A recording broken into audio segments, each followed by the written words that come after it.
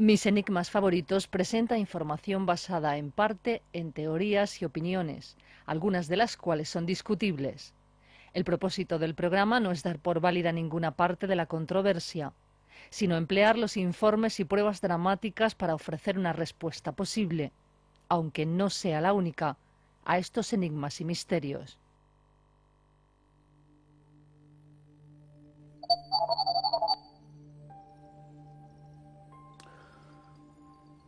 En la Biblia, en Génesis, en el capítulo 6, está escrito lo siguiente.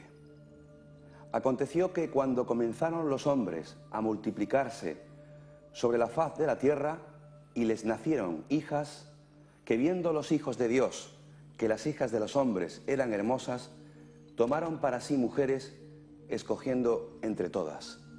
Les confieso que he leído muchas veces esta parte del Génesis. Estoy seguro que muchos de ustedes también, así como otros compañeros, amigos, investigadores del misterio. ¿Y si pudo ocurrir esto de verdad? ¿Y si en ese pasado hubo ese mestizaje? ¿Y qué nacieron de esos dioses que bajaron de ahí arriba con las hermosas mujeres de la tierra? Comenzamos mis enigmas favoritos.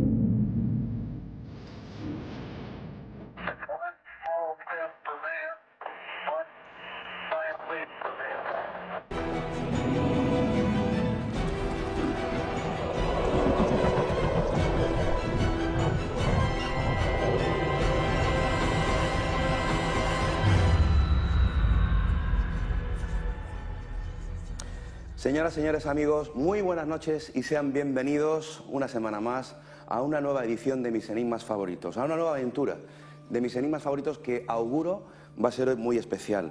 En primer lugar, disculpen mi afonía tan brutal que tengo, espero que podamos hacer bien hoy el programa y que mi voz no interfiera en la entrevista que vamos a hacer esta noche. Bueno, ¿qué va a ocurrir hoy, dentro de exactamente una hora y media aproximadamente? No va a ocurrir nada. Este programa se repondrá mañana, se repondrá el domingo y ustedes podrán seguir disfrutando de mis enigmas favoritos. Pero es noticia y hay que hablar de ello hoy. Probablemente en este momento millones de personas se estén concentrando en muchos lugares del planeta. Personas que están rezando, meditando, orando, esperando el fin del mundo, esperando tal vez que esos dioses bajen de los cielos. ¿Para qué?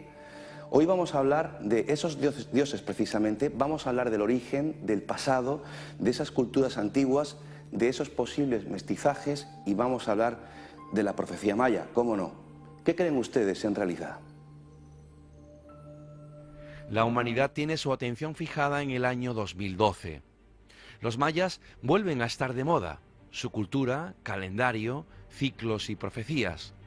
El 21 de diciembre de 2012, en el comienzo del solsticio de invierno para el hemisferio norte, que por cierto cae en viernes, las profecías mayas dicen que terminará el quinto sol, dos términos genéricos que algunos interpretan como el fin de nuestro mundo.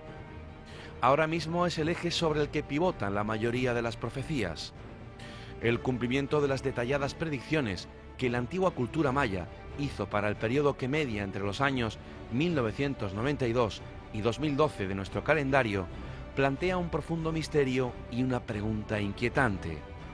¿Nos encontramos realmente viviendo el final de una era cósmica y veremos, dentro de algún tiempo, el amanecer de una con signo muy distinto? Los mayas no hablan del fin del mundo. Es más, específicamente, dicen que todo se transforma, que lo único que permanece es el espíritu en su viaje de evolución hacia niveles superiores. La profecía maya más bien nos habla de cambios que ocurrirán a nivel físico en el planeta y en la conciencia de la raza humana. Posiblemente la civilización maya fue una de las más importantes de nuestra historia. ¿Está preparado para conocer su destino? Comencemos nuestra investigación. Para hablar de todo este fascinante asunto está con nosotros pues un veterano del periodismo, del mundo del misterio, de esta casa y de este programa. Íntimo amigo, Josep Guijarro, escritor, investigador, periodista. Buenas noches. Muy buenas noches, Luis. Encantado de que estés aquí una vez más. Pues el placer es mío, como siempre, de poder compartir contigo una noche mágica, una noche de enigmas, de nuestros enigmas favoritos. Espero que no me decepciones, ni yo te decepcione en este último encuentro, en este fin del mundo. Gracias por elegirme para pasar estos últimos momentos. Bueno, Josep, ¿se va a acabar el mundo o no se va a acabar el mundo? Creo que estamos aquí, ¿no? Y el mundo sigue igual. De todas maneras, hay que precisar varias cosas. Sí. Primera, que los mayas, pobrecitos, no han dicho nada. Exactamente. No hay profecía. La profecía es una profecía moderna que arranca en la primera mitad de los años 80, en 1984 concretamente, cuando un astrólogo llamado José Argüelles reinterpreta lo que es un calendario que no sé tú, ahora ya no se lleva eso de los almanaques, pero cuando estaban los almanaques, la costumbre después de comerse las uvas el día 31 era arrancar página y empezar la cuenta, una cuenta más.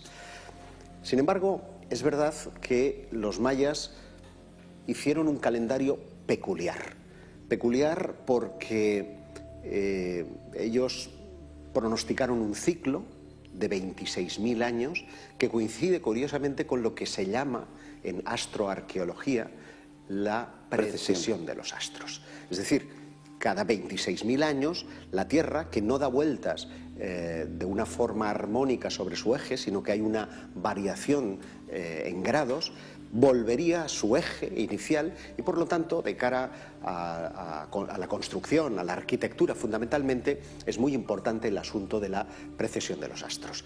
¿Para qué los mayas necesitaban una escala de tiempo tan amplia? Es algo que nadie sabe.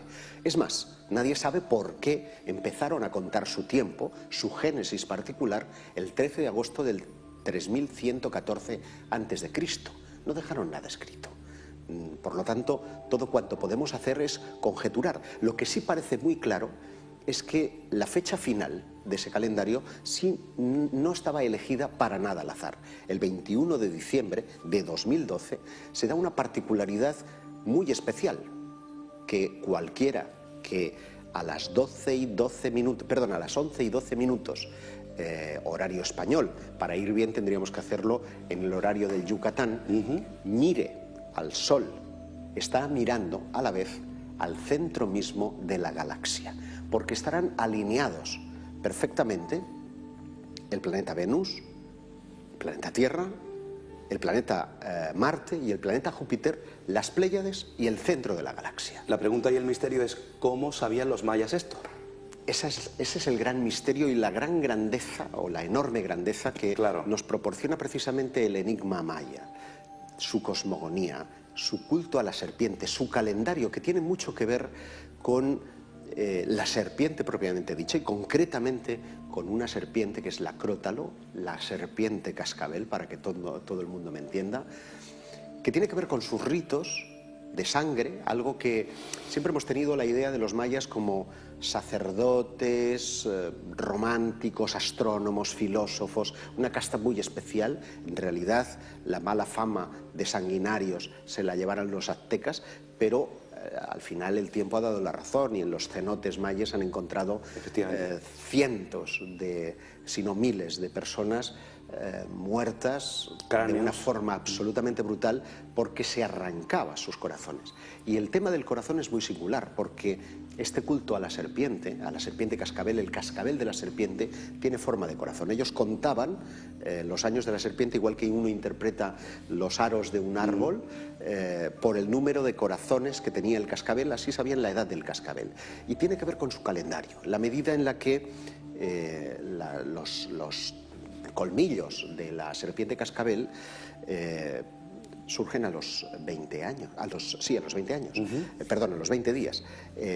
Y ellos, su calendario, el calendario, digamos, más normal, el Baal, que es el calendario de uso diario, se rige precisamente por esos 20 días. Luego tiene su correlación con otro calendario, que es el Tzolkin, que hacen un ciclo de 260 días.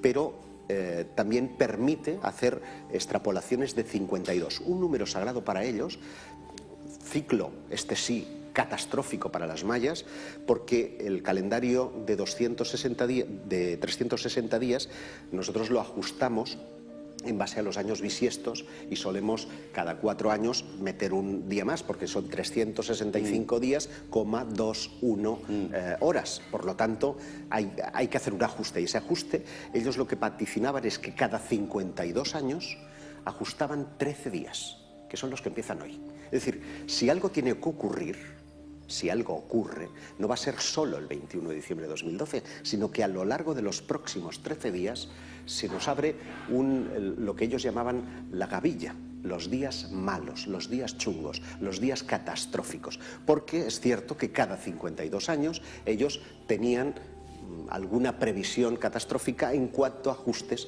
de ese día, que contaban, pero que sin embargo no tienen un kin, no tienen un icono asociado, ¿no? Vamos a hablar durante todo el programa de la profecía maya, de la alarma social, del fanatismo, de lo que está ocurriendo ahora mismo en el planeta. Millones de personas se concentran en lugares como, y está siendo motivo de apertura de informativos, periódicos, radios. Es increíble, ¿no?, hasta dónde puede llegar la creencia y también el fanatismo de muchas personas. Se están haciendo búnkers. Gente se ha ido hoy. Es verdad, hay mucho fanático. El Bugarax, pero por ejemplo. Es verdad que en cierta medida ha sido estimulado por absolutamente todos, porque aquí hay un negocio de base. Claro que sí. Un negocio que se llama turismo y que ha hecho que, por ejemplo, desde ya días antes del 21 de diciembre, las ocupaciones de hoteles de las ciudades mayas de Belice, de Guatemala, de Honduras, de la zona de México, de la Riviera Maya, estén absolutamente llenas, y que pueblos que el rumor popular ha querido que se salvaran de ese fin del mundo, como puede ser el desierto de Atacama, San Pedro de Atacama concretamente, o el Bugarash en Francia, estén absolutamente colapsados. Y eso es porque hay dinero. Aunque en el caso del Bugarash es muy curioso contar la pequeña historia asociada a ese pueblo. La montaña. La montaña, porque como tú bien sabes, entre otras cosas porque eres un gran admirador también de Julio Verne, allí él se inspiró para su viaje al centro de la Tierra, un viaje al centro de la Tierra que de forma más moderna, Elizabeth Van Buren, una excéntrica y multimillonaria norteamericana, ha querido ver que los intraterrestres, que esas razas que habrían instruido a mayas y a otras civilizaciones del mundo, como vamos a tener ocasión de comprobar hoy aquí, no se habrían ido fuera, se habrían quedado aquí, dentro.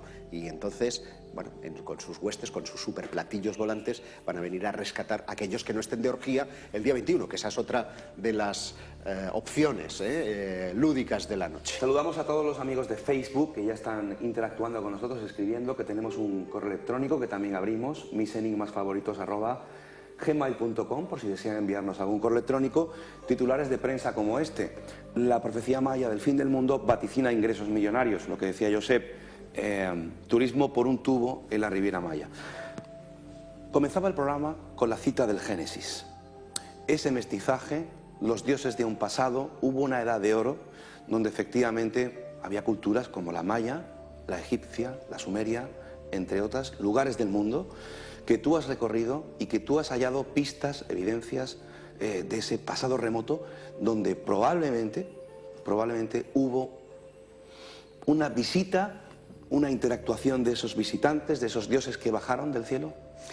Mira, hoy te voy a obsequiar con un Josep un tanto lanzado, convencido, a mojar, porque como ya estamos, pues, le queda nada, 1 hora y media a lo sumo en la era de Acuario, pues hay que estar en esa sintonía. Y esa sintonía me apetece compartirla hoy contigo y con tus telespectadores, a decir que estoy convencido, es una convicción y por lo tanto absolutamente libre, ¿no?, de que en el pasado remoto de la humanidad, esos episodios que han quedado en la Biblia, en el Popol Vuh, en muchos otros libros sagrados, están haciendo referencia a hechos que ocurrieron de facto, que ocurrieron de forma real y que la mejor fórmula para que perduraran en el tiempo en un mensaje que tiene también que ver con los mayas y con lo que puede de verdad ocurrir a partir de mañana, tenga que ver con la presencia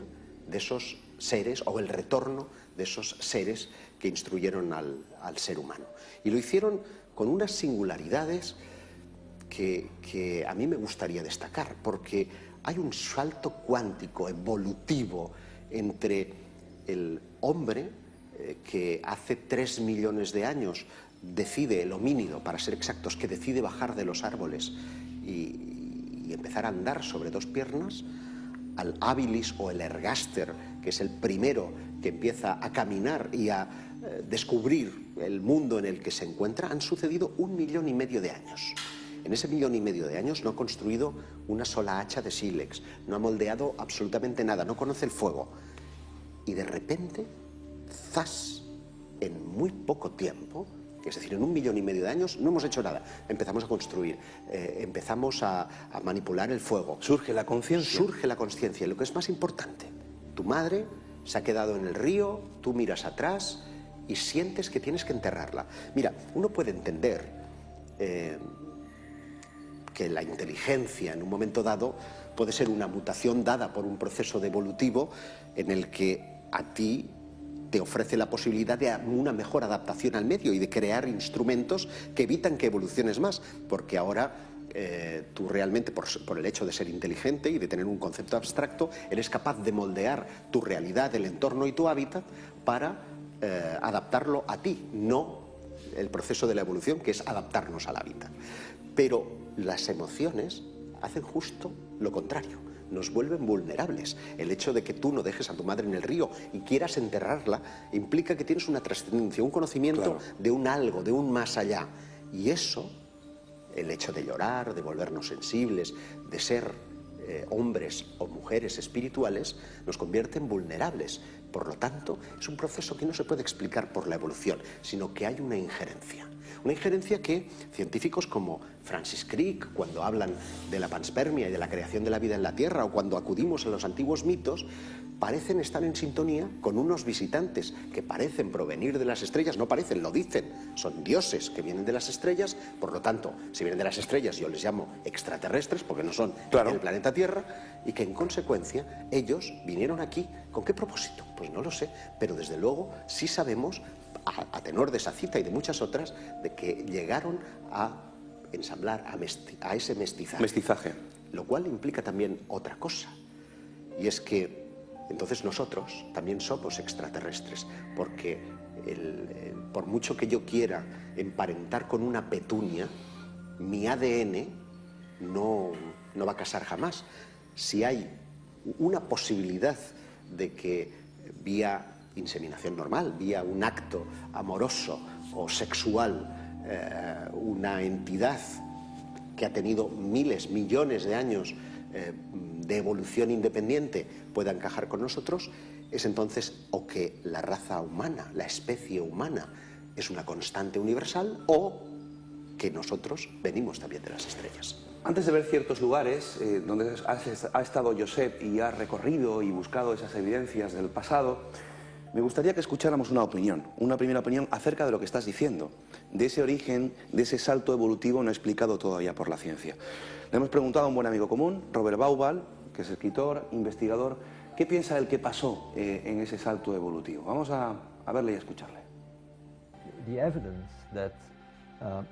Hablando de las pruebas que nos hacen pensar en que haya habido alguna intervención, por supuesto hay estudios muy conocidos que han sido comentados muchas veces. El problema es que las pruebas que presentan no son convincentes, son interesantes, pero no han servido para realizar una investigación seria. Analizar textos antiguos también es interesante, pero de nuevo con eso no se va a persuadir a ningún investigador de cierto calibre a que investigue. Creo que lo que merece la pena considerar es escoger ciertas anomalías que existen, como las que hay en Egipto. Muchas veces he hablado de las grandes piedras que usaron en la construcción de los templos y pirámides de Giza, que pensaban entre 100 y 200 toneladas. Para mí es una anomalía, no solo por pensar en cómo se movieron estas grandes piedras, sino más importante aún, ¿por qué moverían piedras tan grandes? No era necesario. Esto es un gran enigma. Es siempre a través de anomalías que se consiguen avances científicos. Ese es el camino a seguir, porque si llegamos a la conclusión de que estas acciones no son posibles en el contexto de estas civilizaciones antiguas, porque no tenían tecnología necesaria, que no sabían ni podían hacer algo así, entonces tenemos que considerar que hay algo más. Y es por ahí por donde la investigación debe ir. Y esa es la dirección por la que estoy apostando. Hay investigadores serios que son ingenieros, arquitectos, geólogos que dicen que esto no es posible. Así que si no tiene explicación hay que buscar otras opciones. Este es el camino a seguir. ¿Qué piensas de lo que dice Robert Bauval? Estoy absolutamente de acuerdo, que nadie se lleve a engaños. Ninguno de los indicios que podamos aportar esta noche aquí van a tener jamás una calificación como prueba científica. Porque, ¿qué consideramos una prueba científica? Yo estoy seguro que si ahora aquí yo me arrancara la piel de la cara y fuera un ser con aspecto de reptil... Siempre lo he pensado. Siempre lo has pensado, por otra parte. Nadie creería que estás entrevistando a un extraterrestre. Es un truco de cámara, Vivimos en una sociedad atenazada por lo tecnológico y que paradójicamente Así es. Seguimos albergando dudas atávicas que nos atenazan, y la prueba es todo este mare magnum de creencias milenarias que estamos viviendo en estos últimos días de 2012, ¿no? No es lógico que estemos en plena era tecnológica y alberguemos la idea de un fin del mundo de la noche a la mañana. Miren, esto no es así. No hay ningún cataclismo, ni siquiera que efectivamente Nibiru se estrellara contra la Tierra podría causar que efectivamente una gran región se exterminara, pero no el planeta completo. Vamos, lo único que se me ocurre, y es muy ciencia ficción, que además curiosamente han parado todos los experimentos, no sé si por casualidad o no, es en Suiza el CERN. Sí. Han detenido toda la experimentación para renovar el acelerador de partículas, porque imagínate que generaran un agujero negro que nos engullera. Más allá de eso, es verdad que cuando nos fijamos en los hallazgos de la historia, volviendo a Bauval, te das cuenta que hay aspectos tecnológicos que no parecen propios de la época que les ha tocado vivir. Anacrónicos. Absolutamente. Y que además, en mismos periodos de tiempo, o con un margen relativo, esos mismos instructores han estado dando el mismo mensaje a un lado y al otro del océano, compartiendo mitos, compartiendo técnicas, compartiendo artes abstractas, compartiendo escritura, y todo eso a mí me hace reflexionar que hoy día, que sí, es muy fácil, tienes ahí tu iPad, le das a enviar y puedes mandar un mensaje al otro lado del mundo, pero en un periodo en el que además se desconocían la existencia de algunos continentes, el que los mismos mitos proliferen a un lado y al otro del Atlántico, solamente se me ocurre que esa instrucción venga porque alguien sabía volar, y si sabía volar, pues a lo mejor los extraterrestres estuvieron ahí. Mari Carmen González en el muro de Facebook dice: una semana más, saludos desde la Gran Bretaña. Doy fe de que por estos lares la repercusión es mínima. Esta mañana me llegaron a preguntar que si yo sabía de dónde había salido esta información. La influencia maya aquí no ha llegado. Bueno, ya sabemos que los anglosajones tienen otra forma de contar hasta en el tiempo, ¿no? Por lo que se ve. La periodista Claudia Madrid Moctezuma dice: antes que nada, Luis, me gustaría que le transmitieras a Josep Guijarro mi admiración por su impecable trayectoria como periodista del misterio.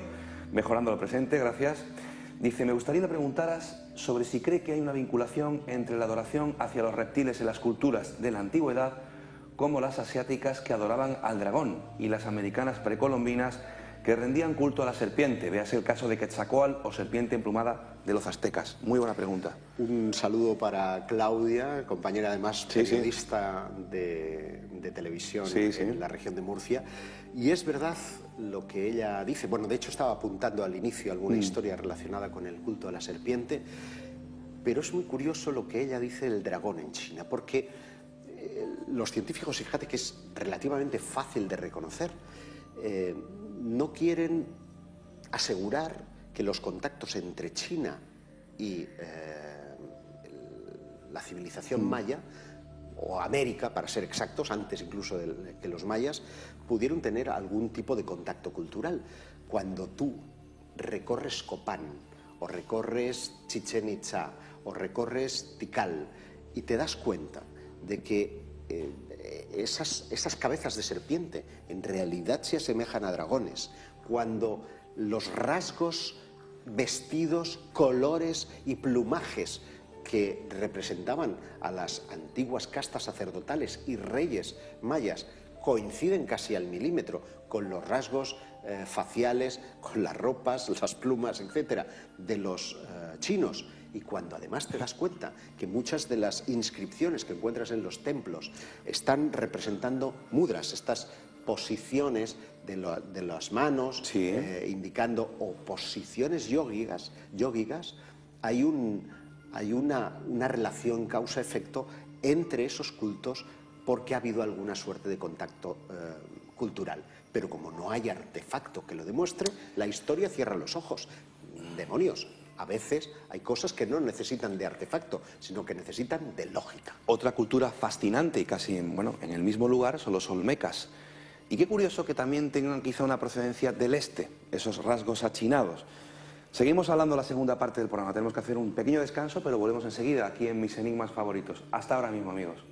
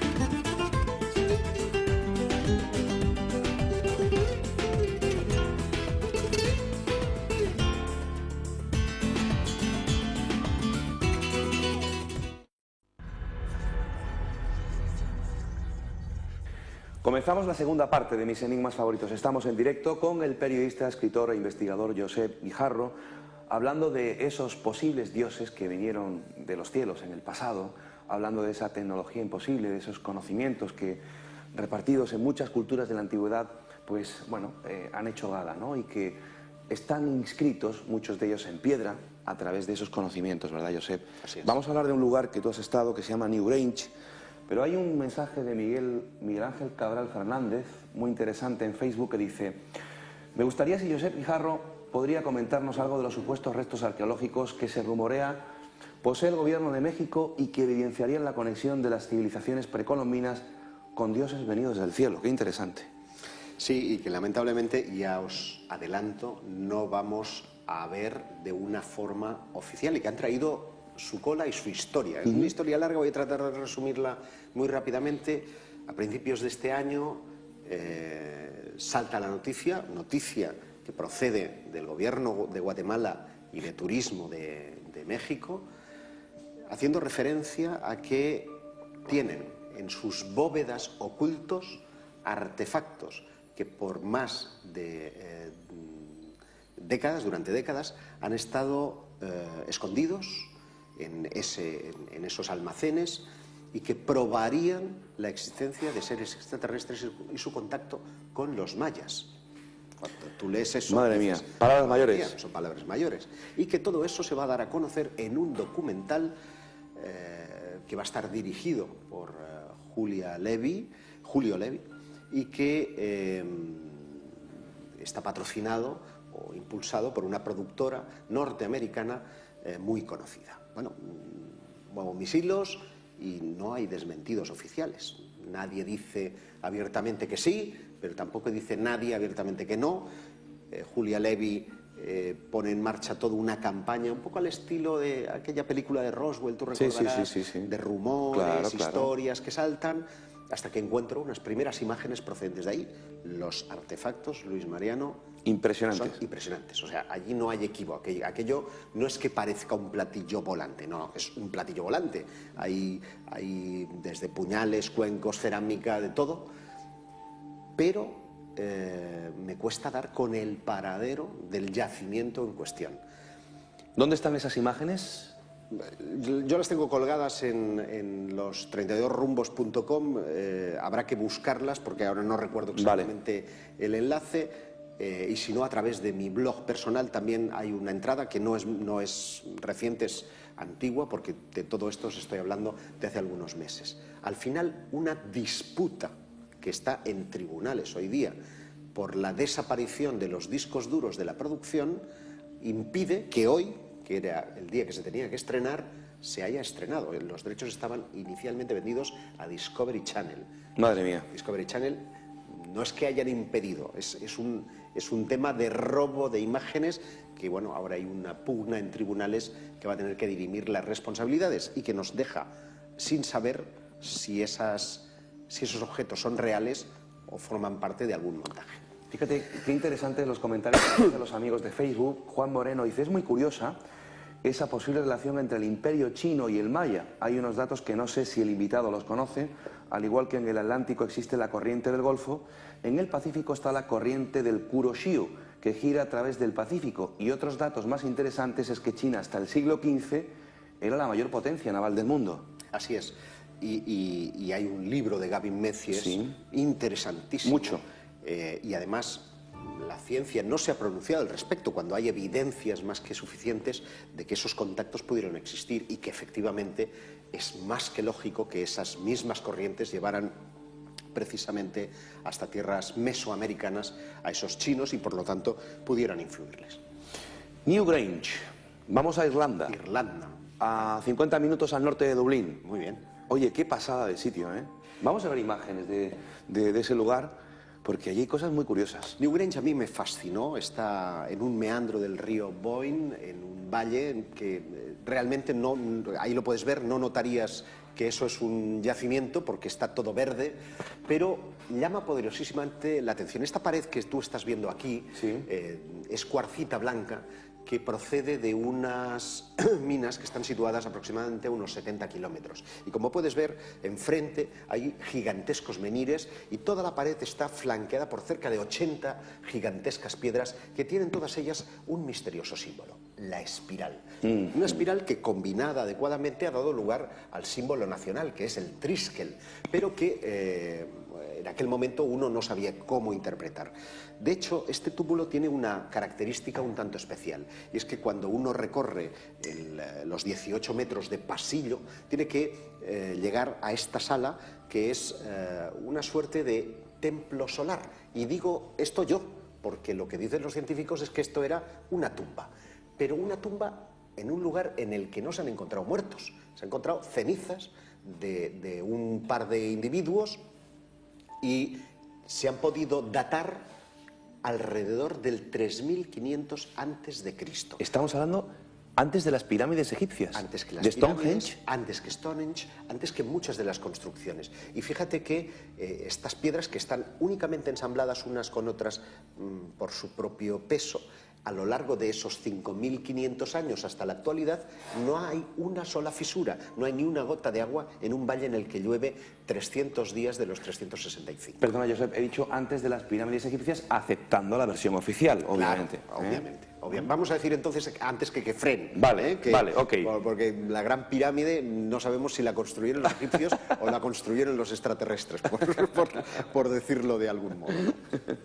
Pero lo fascinante es que el día 21 de diciembre, volvemos a la fecha mágica, veremos que esa es una recurrencia no solamente de los mayas, de todos.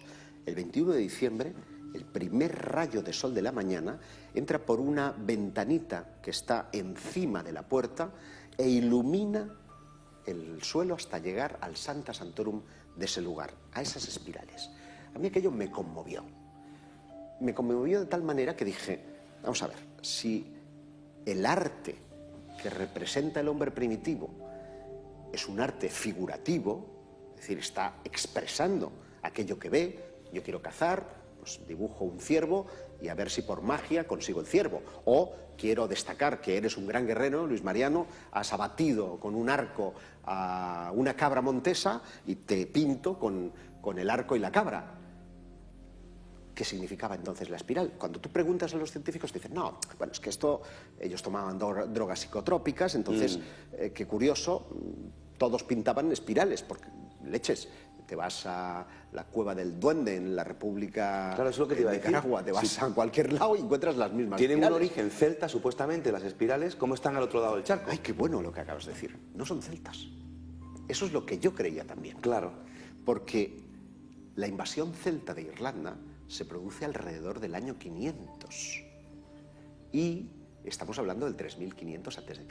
Claro. ¿Quién edificó Newgrange? Te preguntarás. Y es muy curioso porque hablan de una raza que te va a evocar a estos hombres del Génesis que tú antes los aludías. Tuatha de Danann. Eso es.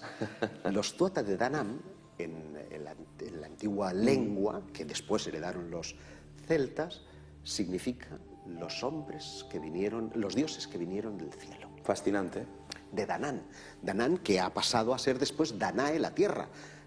Pero esa voz etimológica de Dan, Danae, Danam, luego veremos en el recorrido que tiene mucha enjundia, pero es curioso porque en esas espirales de fuera encontré algunas que me parecían reconocer a una constelación del firmamento. Una constelación que está mistificada en su cultura, la llaman Danum y resulta que es Casiopea. Venían de Casiopea porque ellos llegaron el 1 de mayo, el día, la fiesta de Beltane, llegaron el 1 de mayo sobre, dicen las leyendas, barcos voladores que echaban humo. Barcos voladores que echaban humo. Entonces yo me pregunté, ¿y si esas espirales estaban representando cualquier otra cosa que estaban viendo en el cielo? Y como no soy meteorólogo, lo que hice es acudir a San Google. Tecleé fenómeno meteorológico espiral. No había ninguno, habían 4... Claro, pero esto no es un fenómeno meteorológico. Esto es lo que me salió a mí en Google. Qué curioso. Se corresponde con un fenómeno que a principios de 2009, si la memoria no me falla, se vio en Noruega y que después he descubierto que es mucho más recurrente en otros lugares. Entonces se relacionó con un misil lanzado por un submarino. Efectivamente, pero submarinos balísticos no habían Desde en luego. el Neolítico. Por lo tanto... ¿Quiénes fueron los Tuatha de Danann? ¿Fueron instructores? ¿De dónde vinieron? ¿Del cielo? O yo te pregunto, Josep, ¿pudieron esos Tuatha de Danann ser supervivientes de esa Atlántida que se hundió en el pasado remoto? Esa es una duda muy interesante. El tema de la Atlántida, que tiene que ver con una fecha que también es recurrente en casi todas las civilizaciones, el 12.500, o sea, 10.500 antes de Cristo, la vamos a encontrar como un terrible cataclismo que a nivel global tiene que ver y además coincide con el primer sol maya, que es una inundación. Hace 12.500 años la vamos a encontrar en Oriente Medio, la vamos a encontrar en Egipto, la vamos a encontrar en las culturas de Oriente. Es decir, todos aluden a un diluvio y a que se machacó una especie de civilización desarrollada, es decir, sí existió otra humanidad, vamos a llamarle eventualmente Atlántida, y que esos atlantes en su diáspora habrían dado lugar a un importante mestizaje cultural y eso explicaría el por qué encontramos todas esas constantes leyendas y conocimientos compartidos. A mí me parece curioso, Josep, cuando he hecho investigaciones acerca del Camino de Santiago, por ejemplo, cómo encontramos en todos los finisterras atlánticos precisamente esas señales, estas huellas, estos glifos, geoglifos, en forma de espiral. Pudiera ser que esos tuatha de Danann comparten claro, una raíz común. Claro. De hecho, hay alguna teoría, Louis Charpentier, en la década de los 80, había hablado de la Liguria como una especie de tierra que había unido la Bretaña francesa, toda la costa cantábrica hasta Galicia y las costas del sur de Inglaterra e Irlanda. Exactamente. Estaríamos hablando además del momento de la última glaciación. Hace 10.000 años se estaban separando esas tierras que dieron lugar a Irlanda. Por lo tanto, hay acontecimientos que nos hacen pensar que ese tronco común cultural tiene que ver con esa inmigración. Ya no sé si de la Atlántida, si de los ligures o si realmente vinieron de arriba. Esos tuatha de Danann, en cualquier caso, yo encontré una forma súper representativa del rostro de uno de los dioses instructores, Danum, que les enseñó la arquitectura y la agricultura, concretamente el trigo, que es una planta que de forma salvaje no es, hay que procesarla para que sea comestible. Y ese dios instructor, que se llama Danu, tiene la cara de lo que hoy, yo tengo una imaginación, llámale desbordante, y como no soy científico y soy un deslenguado, puedo decirlo, de extraterrestre. Qué curioso también encontrar espirales, por ejemplo, en las Canarias. Por ejemplo. Josep, preguntas rápidas, escuetas sobre Newgrange.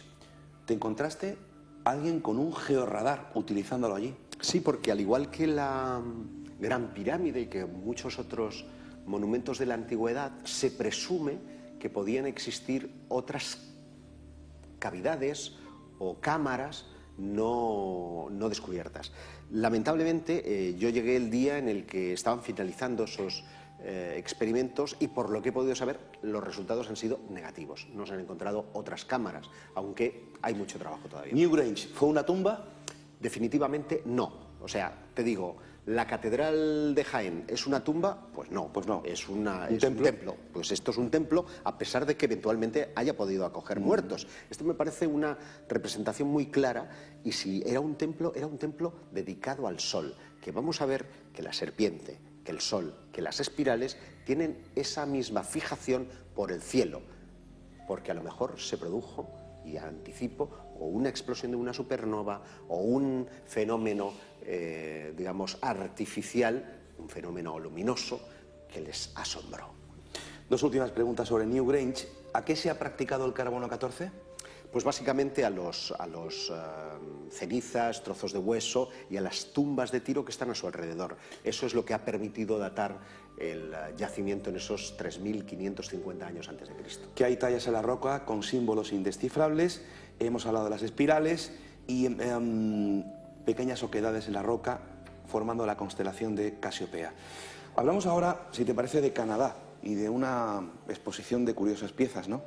Bueno, de allí saltas a Canadá. Bueno, sí, salto a Canadá porque, claro, toda vez que me doy cuenta de que el arte no siempre es figurativo, sino que está representando cosas que están en el firmamento, descubro un elemento que me parece fascinante. Es lo que los antropólogos llaman culto cargo. Y es curioso porque, estando viendo el Museo de Ontario, en Canadá, di con, voy a llamarlo, no lo es, voy a llamarlo un OPART curioso. Y es que era un avión... ¿Qué es un OPART? Para que... Es un objeto fuera del tiempo, en su acrónimo en inglés. Un avión que, en lugar de tener hélice, tiene una cara humana. Y dije, ¿pero esto qué antigüedad tiene? Bueno, una antigüedad que se remonta a los primeros vuelos que pasaban por Alaska y que bajaban porque tenían sus primeras estaciones. Eran los primeros contactos entre aquellos esquimales, aquellos inuit, que es como les gusta que les llamen, los esquimales lo entienden un poco peyorativo, y el hombre blanco. Y me hizo pensar en un acontecimiento del que ya tenía noticia, que acontece en Oceanía, en las islas. Durante la guerra del Japón, los norteamericanos aterrizaban en pequeñas islas de la Micronesia y de la Melanesia, para ser exactos, y las tribus aborígenes que estaban allí veían bajar aquellos aviones que, demonio, cada vez que bajaban pues les daban chocolate o les daban tabaco. Para ellos eran dioses. Para que ellos eran dioses extra. Mira, ahí estás viendo estas magníficas imágenes porque han mantenido limpias las pistas. Como aquellos dioses se fueron y volvieron más, han construido aviones de paja. Qué fuerte. Sus ritos consisten en desfiles militares, que eran los que ellos veían. Es decir, el cargo, el preciado cargo que ellos esperan, es que regresen algún día aquellos aviones. Esto que está ocurriendo hoy, 2012, en la Melanesia, pudo ocurrir hace miles de años con la humanidad de aquel tiempo. Y lo que estaríamos viendo ahora, en realidad, son mitos que están representando como ellos han hecho mitos. Fíjate, ¿sabes cuál es el principal dios de esta gente, de estos melanesios? Se llama John Frum. Porque dicen los norteamericanos que le decían, "Where are you from?" Entonces, John Frum, pues John Frum es el... Y esta gente sigue reclamando a sus dioses. Ahí está. Qué curioso. Increíble. Bueno, pues de este lugar también vamos a viajar seguro que muchos de nuestros amigos telespectadores han viajado a Francia, a un lugar que se llama Karnak y sus menhires. Sitio impresionante donde los haya, de un buen rollo extraordinario y que comparte cultura precisamente con esa Irlanda. ¿Hablamos de una acupuntura planetaria para una geografía enferma? Mira, lo que hacen los Tuatha de Danann es enseñar varias cosas. Arquitectura, arte, metalurgia y astronomía. Y en base a esos 4 conceptos, el de la arquitectura, empiezan a desarrollar ese tipo de túmulos y luego unas gigantescas piedras que no sabemos por qué ni para qué, mueven haciendo hileras. En el caso de Karnak o Kermario son 8 kilómetros de pistas, literalmente, de menhires. Algunos de ellos podrían estar pesando alrededor de las 300 toneladas. ¿Para qué mover todo aquello? Claro. Hay una visión del ya citado Louis Charpentier, que se dio cuenta que moviendo en zonas donde se habían movido esos menhires, las mareas, que allí son súper pronunciadas, o desaparecían o no eran tan acusadas. Como si realmente aquellos hombres estuvieran colocando aquello para aprovechar los ramales energéticos el telurismo que el planeta Tierra tiene. Y es curioso porque ahora damos un salto en el tiempo y nos vamos a la actualidad, donde se producen las zonas principales calientes de avistamientos ovnis, suelen coincidir con lugares donde han habido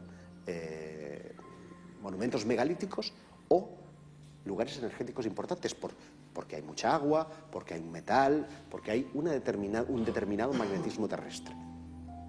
¿Estarían buscando esos visitantes ese tipo de energías con algún tipo de aprovechamiento que hoy día solamente podemos soñar o simplemente preguntarnos qué o para qué?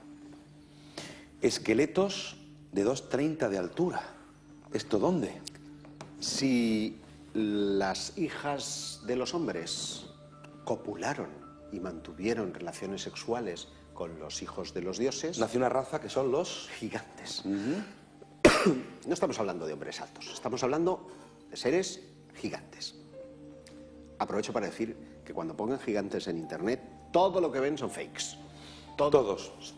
Esas calaveras gigantescas son montajes. Cuando hablo de gigantes estamos hablando de una estatura de 2,30 metros para lo que entonces era 1,60 metros de media. Eso es. En nuestra raza caucásica. Y es muy curioso porque he encontrado sus restos en varios lugares del mundo. El primero y más llamativo fue en un lugar donde vuelvo dentro de unos meses, que es Azerbaiyán. En Azerbaiyán hay una iglesia que no está consagrada hoy día, es una iglesia de arquitectura armenia y que hoy día es museo, donde su directora, Ivana Milanova, me habló de que habían encontrado en un estrato del siglo I a unos seres de 2,30 metros, como 2,30 metros. Iglesia de Niš, en un pueblo llamado Shaki. Eso es. Shaki, que es una parada en la antigua ruta de la seda, donde uno puede encontrar cosas realmente fascinantes, y nadie ha reparado en que en esa cripta se conservan todavía hoy 2 seres de 2,30 metros de altura.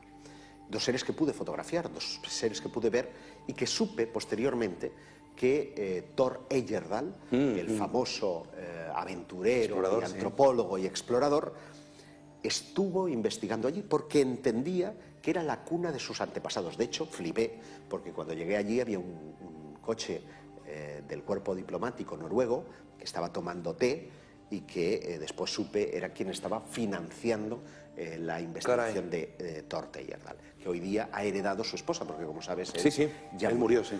Y es muy curioso porque lo que hace Heyerdahl es irse a otro yacimiento también en Azerbaiyán, que es Gobustan, un yacimiento en el que encontramos petroglifos con una historia de 10.000 años, desde el siglo I a 10.000 años atrás, y donde vamos a encontrar unos curiosos barcos, unos barcos cuya proa nos recuerda poderosamente a cualquier embarcación vikinga, y eso es lo que le hace pensar a Thor Heyerdahl que la cuna de Odín, lo que Snorri Sturluson menciona en un relato medieval que a lo largo de 31 generaciones había venido desde Oriente Medio, son los azeríes.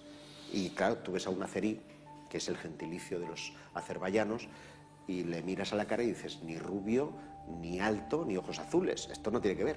Y es que también allí ha habido un mestizaje, porque la raza azerí efectivamente era de esa característica, y se han encontrado también huesos gigantescos en la cuenca del río Dam.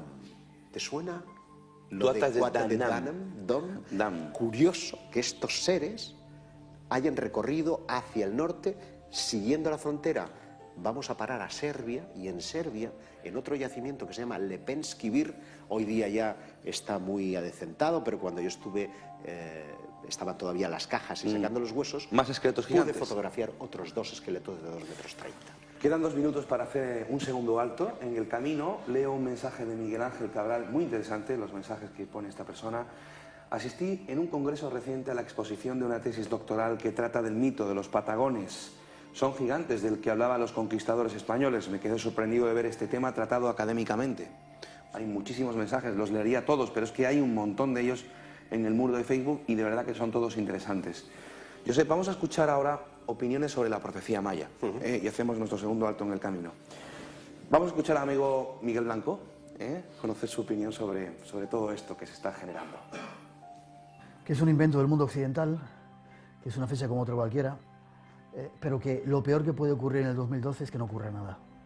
Al igual que ha pasado con el 11 del 11 del 2011, como pasó, es una gran oportunidad para que muchas mentes en todo el planeta, por un invento, por una raíz que quizá tenga que ver con los mayas, se pongan de acuerdo, unan sus fuerzas para tratar de conseguir lo que se llama la masa crítica.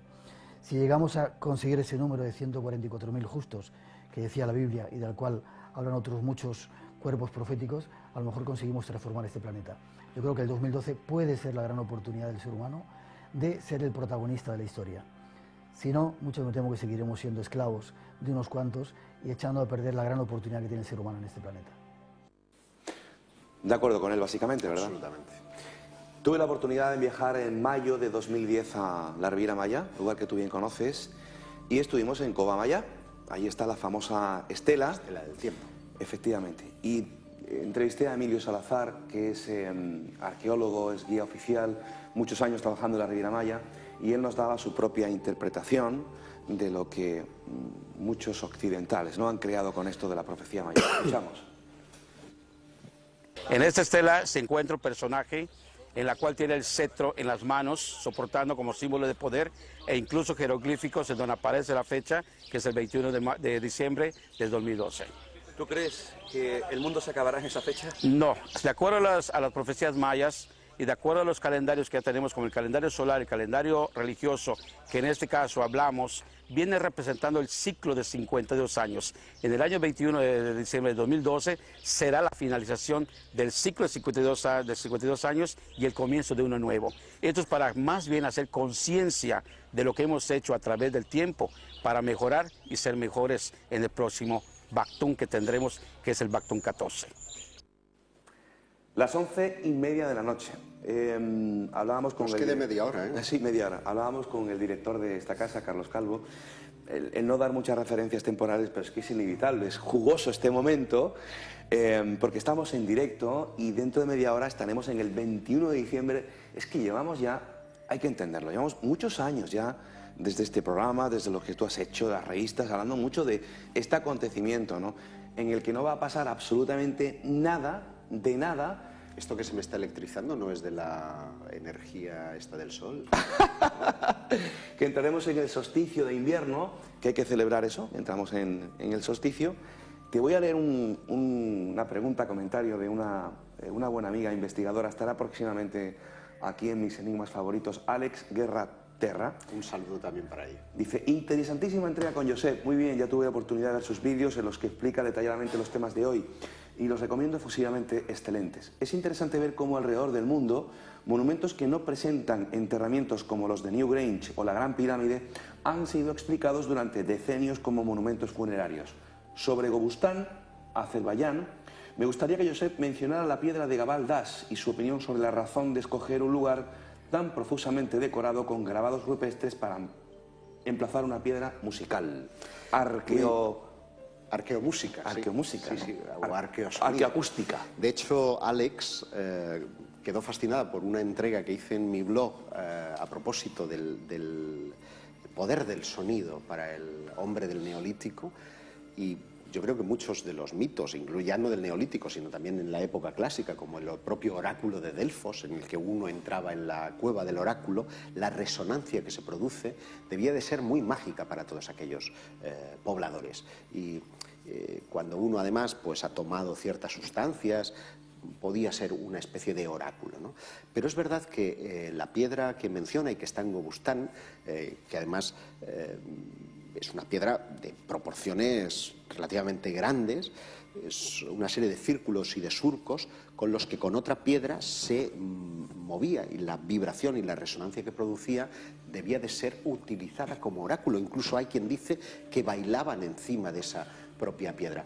El tema de la arqueoacústica es fascinante y además nos ayuda a saber por qué los emplazamientos se eligen de una forma específica. Miremos si hay cañones o si los había, porque pasa también que la orografía, que la geografía se ve con el tiempo pasado. El caso de Gobustán era un pueblo de pescadores y ahora el mar está a prácticamente 4 o 5 kilómetros de la zona donde nos encontramos, porque el nivel de las aguas ha ido hacia atrás, al contrario de lo que va a pasar a partir de ahora, que va a venir hacia arriba. Alex Guerra Terra estará próximamente en Mis Enigmas Favoritos el año que viene sobre un libro que ha escrito, Misterios de la Isla de Pascua, Rapa Nui. Rapa Nui, los Moai. Bueno, apasionante, estará ya con nosotros para contárnoslo. Hacemos nuestro segundo alto en el camino, regresamos en un instante, 25 minutos para las 12 de la noche, para el 21 de diciembre de 2012. Hasta ahora.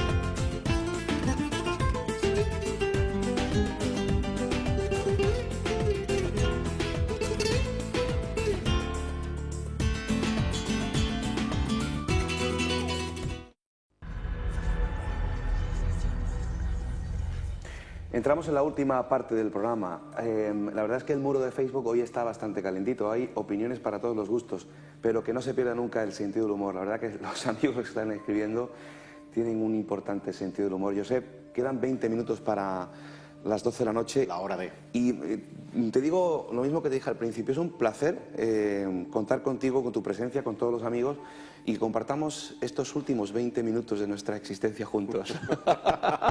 Hombre, hubiera preferido pasar los que te digo yo, ¿no? Claro, claro, claro. Con algún elemento más femenino, pero ¿qué le vamos a hacer?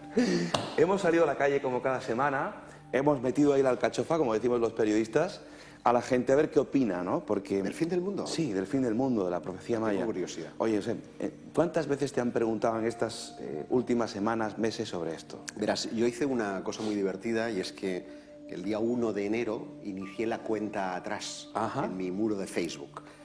No ha habido un solo día de estos 360 días de cuenta atrás en el que alguien no me haya dicho, ¿pero qué es lo que va a ocurrir? Cierto. Es decir, por muy escéptico que uno quiera ponerse o aparentar ser, en el fondo alberga la sensación de que algo tiene que ocurrir, y algo tiene que ocurrir porque tampoco ha ayudado en el mundo occidental, en España para ser concretos, la situación económica, social, los medios de comunicación que hoy día hacen que un hecho que acontece muy lejano prácticamente se transforme en un acontecimiento global, y tú, un terremoto que en la Edad Media no hubieras tenido noticias en tu vida de que se habría producido, te da la sensación de que el terremoto de acá, el volcán de allá, el acontecimiento no sé qué, son cosas que están ahí a tu lado, y no están ahí a tu lado, están en tus antípodas. Y todo eso ha ayudado a generar un caldo de cultivo que, unido a los intereses económicos que los hay, que más que menos mira el sol y dice, pues el clima está diferente. Claro. Anuncios de NASA, tormentas solares. Vamos, a mí, el hecho que acabas de mencionar ahora, de que la NASA, que el Vaticano haya tenido que tomar cartas en el asunto, hombre, ¿y tanto? en un asunto que es secundario, es decir, profecías.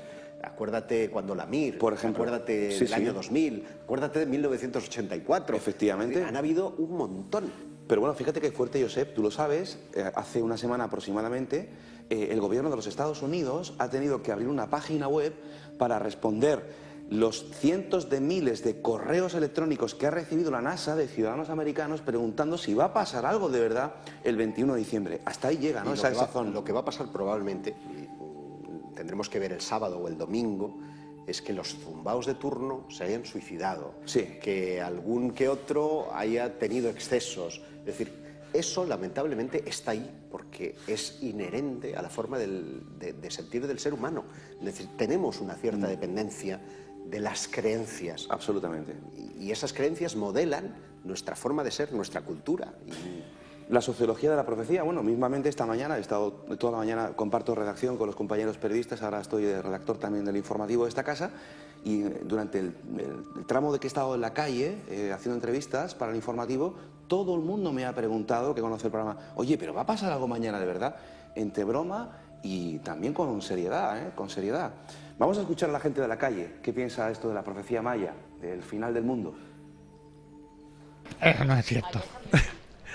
Eso es tontería. ¿No se lo cree? No me lo creo. Porque ha habido tantas cosas que han dicho y luego después no se han cumplido, pues no me lo creo, vaya, ya está.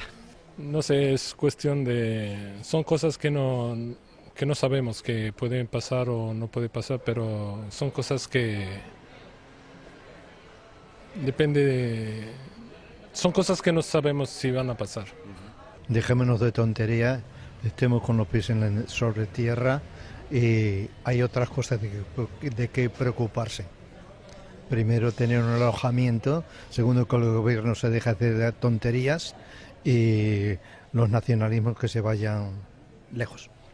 Yo ya he perdido la cuenta de las veces que se ha dicho que la humanidad siempre inventa todo ese tipo de bulos, ¿no? Entonces hacen hincapié en lo que es una predicción de los mayas de su propio calendario, que vete tú a saber, y bueno, es también una forma de mercado, es un mercado importante, todo se mueve a nivel de mercado, esa es mi opinión. Yo no creo que se acabe el mundo, yo quiero seguir viviendo, tengo nietos, quiero... que eso es una chalaura. Ya quisiera yo, que va, no se va a acabar, vamos a seguir, y lo malo es que vamos a seguir así de mal, como seguimos ahora. No lo creo. ¿Seguiremos aquí? Seguiremos aquí porque los avances que hay dicen que si hubiese algo que estrellara contra la Tierra, lo sabría en décadas. Eso lo escuché yo anoche, o sea que yo no tengo ningún miedo. Creo que no hay posibilidad.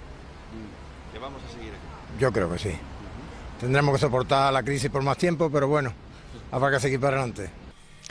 Hombre, a mí me gustaría seguir aquí, pero nunca se sabe los pronósticos. Además, creo que Nostradamus también decía algo parecido, ¿no? Y coincidía en el tiempo y tal, no lo sé. La verdad que prefiero no pensarlo, porque si empezamos a pensar todo eso, no sé, la verdad. No se va a acabar. Yo creo que terminará una época, lo que significaba para aquella gente en aquella época, y que después hay que situar todo en el contexto en el que se escribió y demás. Entonces ahora mismo no, todo el mundo está para que se acabe desde luego, pero que no se va a acabar. Yo creo que sí. Yo creo que sí, hay que seguir buscando trabajo. Que el mundo no se acaba. No se acaba, ¿no? Mi opinión es que va a continuar, ¿no? Ahorita estamos, aunque está habiendo movimientos ahora por Jaén, algunos movimientos sísmicos, pero yo pienso que solamente son supersticiones, son habladurías y que no va a haber ningún problema. Muchísimas gracias a toda esta gente que ha participado en esta encuesta. Me encanta salir a la calle porque todo el mundo, ¿no?, se presta, pues eso, a opinar y a dejar en definitiva su manifestación sobre este tema. Fíjate tú qué curioso, ¿no? Lo de Jaén, que tú lo mencionabas antes también. Sí, porque precisamente mi hijo, con cierta preocupación, decía, es que los rumores en el cole, es que esto de los terremotos puede conducir al fin del mundo. Que no, que no hay ninguna catástrofe, insisto, que se apague el sol, que venga un meteorito de grandes proporciones, que una oleada de tormenta solar llegue a la Tierra y nos deje a oscuras. Nada que suponga una muerte del planeta en 24 horas. No la hay. Por lo tanto, anchas Castilla. Disfrutemos, carpe diem. Carpe diem. Vamos a escuchar otra opinión, en esta ocasión del periodista y escritor Sebastián Darbó. A él también le hemos preguntado sobre este asunto de las profecías. Esto es lo que nos ha contestado. Los mayas, que no contaban con nuestro calendario, sino con el suyo, el calendario largo, las cuentas largas, las cuentas cortas, de alguna forma relacionaron como un fin de ciclo este 2012. Pero solamente como un fin de ciclo, no como un final de la humanidad. Por lo tanto, no hay que extrapolar ni hay que exagerar lo que pudieron decir los mayas, porque como tampoco tenemos suficiente información de ellos, que el inquisidor de turno quemó todas sus tabletas, que nos quedan pocos códices, creo que son 3, entonces no podemos asegurar si hay más detalles. Lo que sí manifestaron es que había cambios de ciclo en su humanidad y ahora corresponde uno. De hecho, esto no se produce de la noche a la mañana, sino que empezó ya hacia finales del siglo pasado, poco antes de final del siglo, y está continuando y cada vez está más claro que hemos cambiado. Y estamos viviendo una crisis galopante a nivel planetario que vendría a coincidir con lo que dijeron los mayas. ¿Cuándo lo dijeron los mayas? ¿Te lo has preguntado? ¿De qué fecha es el calendario? ¿De qué fecha es? Del 30 antes de Cristo. Es decir, la época de gran expansión, las pirámides, los templos, son de la época preclásica y clásica. Es decir, estamos hablando de muchos siglos antes. De hecho, una de las cosas que se suele caer en el error es de por ejemplo, pensar que los españoles tuvieron algo que ver con la desaparición de los mayas. Cuando los españoles llegaron, los mayas ya, ellos desaparecieron en el siglo XI, un gran misterio porque no se saben las causas. Pero el calendario es un invento relativamente reciente, que a su vez viene heredado de otra cultura, que es la olmeca. Efectivamente. La olmeca es la raíz de todo el conocimiento, llamémosle astronómico... Todo Mesoamérica. De toda Mesoamérica. ¿Quiénes son? Heredaron los aztecas, los incas, los ¿Pero mayas. quiénes son? ¿De dónde vinieron? Curioso, porque muchos de ellos tienen rasgos africanos. ¿Recuerda aquellas gigantescas cabezas? Sí, sí. Son rasgos negroides. Sí. Algunos de ellos parecen estar como representados incluso con cascos. Efectivamente. Es una cosa muy llamativa. Y si esos fueron los instructores, 30 antes de Cristo. Es un invento mucho más moderno de lo que creemos.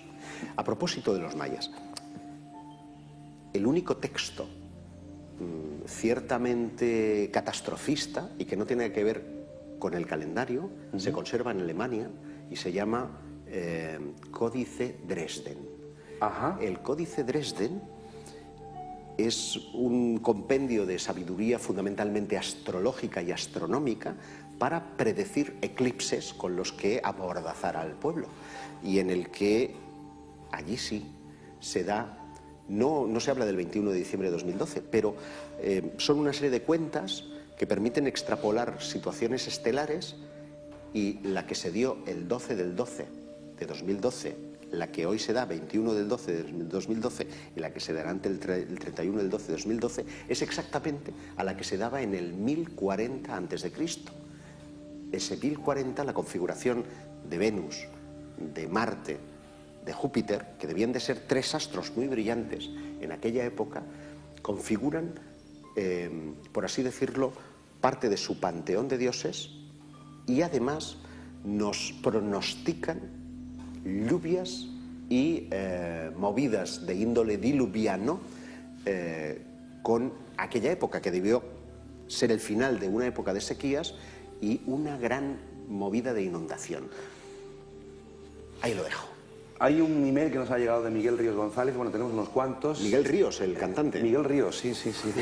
Dice, buenas noches, Luis Mariano, me gustaría preguntar, todos los dioses son reptilianos como ocurre en la mitología sumeria, en China con el dragón, etc.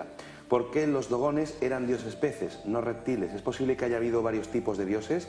¿Qué opinión merece al invitado Zacarías Sitchin? Por cierto, no se va a acabar el mundo porque este sábado el gordo de la lotería va a caer en Málaga. Un saludo. Oye, esto de los...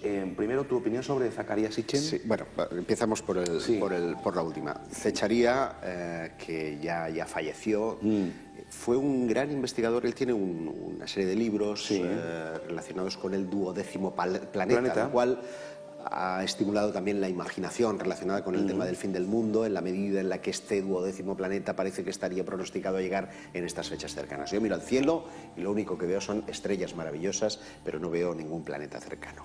Lo cual no quiere decir que las investigaciones de Sitchin, en la gran historia que a mí me parece muy interesante, sea en el desciframiento de las tablillas cuneiformes que nos relatan una génesis del mundo ciertamente singular, porque también nos habla de dioses alados, nos habla de reptiles, nos habla de una cuna de la civilización. Pues fíjate, antes hemos empezado con el tema de la humanidad, nos hemos quedado en el ergaster, pero es que la ciencia admite que la rueda, por ejemplo, es un invento del año 3000 antes de Cristo, del Neolítico. Muy cerca de donde Sitchin establece esos contactos se han descubierto cochecitos de ruedas de cuatro... El tema no es la rueda, la importancia del descubrimiento es el eje, porque este reloj yo te lo podría hacer rodar, o podemos hacer una moneda y ellos podían ver que una rueda, que una piedra o un canto rodado podría caer. Lo importante es el eje. Lo importante es el eje. Y entonces encontrar ejes de 7.500 años, como se han encontrado en Göbekli Tepe, por ejemplo, en Turquía, desmonta toda se han encontrado en Sumeria, desmontan el conocimiento que los arqueólogos dan como fuente original de Sumeria año 3000 a.C. No, hay muchos más, y por lo tanto, o ha habido una humanidad más evolucionada de lo que todos queremos reconocer, o tenemos que aceptar que ha habido un contacto con seres superiores. Seres superiores que no sabemos por qué extraña razón muchos han querido representar también como reptiles. No hemos hablado de un lugar que a mí me parece mágico en el mundo maya, que es Copán, en Honduras. Sí, lo tengo apuntado aquí. Hay un altar llamado Altar Q, en el que se escenifica una reunión de los 18 reyes mayas, y hay un misterioso personaje que nadie sabe quién es. La llamada Atenas maya, Copán. Ese personaje tiene cara de reptil. Yo cuando lo vi, mira, se me pone ahora, se me eriza el cabello. Nadie puede interpretar el 18 conejo, que es como se llamaba el rey, que está departiendo con este ser con cara de reptil. Estaban representando a esa serpiente emplumada, a ese dragón chino, a esos seres alados, a las serpientes. Fíjate qué curioso, egipcios que han tenido culto a las serpientes, que han tenido soles alados. El dios Sobek, el dios cocodrilo. Han tenido una extraña obsesión por alargar sus cráneos. Las deformaciones craneales del mundo maya tienen un sentido también ritual, no solamente ornamental, como pretende la arqueología, y probablemente quisieran emular, si esas castas sacerdotales quisieran asemejarse, a lo mejor a esos dioses que venían del cielo. Me estaba acordando de las cabezas, por ejemplo, expuestas en el Museo del Cairo, en la parte de Akenatón, las hijas de Akenatón, esas cabezas alargadas, el dios Sobek en el templo de Komombo, el dios cocodrilo, etcétera, etcétera. Francisco Rueda Medinilla escribe: ¿por qué en todas las culturas hay dioses que interactúan con los seres humanos y de repente dejaron de interaccionar? ¿No serán que los dioses están entre nosotros? ¿Hay una quinta columna? Bueno, es una tesis porque no se puede descartar, pero en cualquier caso es verdad que el comportamiento de esos dioses ha sido de una interacción brutal durante una época de nuestra prehistoria, parecen desaparecer, regresar en un comportamiento más esquivo a lo largo de la historia y con una promesa en todos los casos, y es la de regresar. De hecho, si algún sentido tiene hoy, ya a falta de 5 minutos para el 21 de diciembre, es que se predice, esa sí es una predicción, el retorno de Kukulcán, de la serpiente emplumada. Y también en muchas otras civilizaciones hay una cierta sintonía, en el caso de las mayas con las Pléyades, en el caso de Egipto con Orión, de que esos dioses van a volver. Y el día que volvamos, pues que Dios nos coja confesados, porque tenemos también, por aquello del acervo cultural y la rumorología, pensando que van a venir a salvarnos, igual vienen a exterminarnos. Nos quedan 6 minutos de programa, vamos a dar nuestro teléfono por si alguien desea llamar: 952 58 10 10, 952 58 10 10 es el teléfono que pueden marcar en este momento. Estamos en directo. Rosario García Parra en Facebook escribe: hace poco se han descubierto restos arqueológicos que demuestran que desacristalizaron una pirámide para un sacrificio por un ritual que anunciaba, según ellos, un eclipse y con él una catástrofe. ¿Sabías tú algo de esto? No, pero ya que habla del tema de la cristalización, sí quiero mencionar algo muy interesante y que me parece muy curioso que la arqueología ni la ciencia haya podido dar respuesta a esto. En Escocia, sí, y estaríamos de nuevo en ese ramal de la Liguria, hay una montaña, que ahora no recuerdo cómo se llama, cuyas rocas están literalmente fundidas. Fundidas por una acción que debiera de haber sobrepasado los más de 2000 grados centígrados. Esas rocas, ni con todos los árboles de Escocia se podían... Son murallas, que se han literalmente fundido. ¿Qué pudo causar eso? Oye, ¿sabes de qué me estaba acordando, Josep? En el año 2005 tuve la oportunidad de viajar a Líbano y visitar Baalbek, la ciudad de los titanes. Y allí pasa algo parecido. No sé si tú lo sabías. No. Hay, en el suelo hay como pistas, como hay terrazas, donde el suelo por lo visto ha padecido, ha tenido algo, o sea, algo parecido. Una acción por Una calor. Acción por calor, efectivamente. E incluso en la propia terraza del templo de Dendera, en Egipto, probablemente se llevara algún tipo de maniobra o de acción donde probablemente el piso, el suelo, también hubiese sufrido, ¿no?, ese tipo de alteración. Curiosísimo, cuanto menos. Tortuguero, México, nuevos grabados, templo número 6, yacimiento. Ahí está la clave, clave que tenemos fracturada y perdida, porque es donde se encuentra la primera cita relativa al 21 de diciembre de 2012, en forma de T. Están los grabados de Anau y Cacú, que son, junto con el ciclo de 20 días, el que determina el 21 de diciembre de 2012, y esa es una de las dos estelas del tiempo. La otra es, como has podido mostrar ahí, la de Cobá.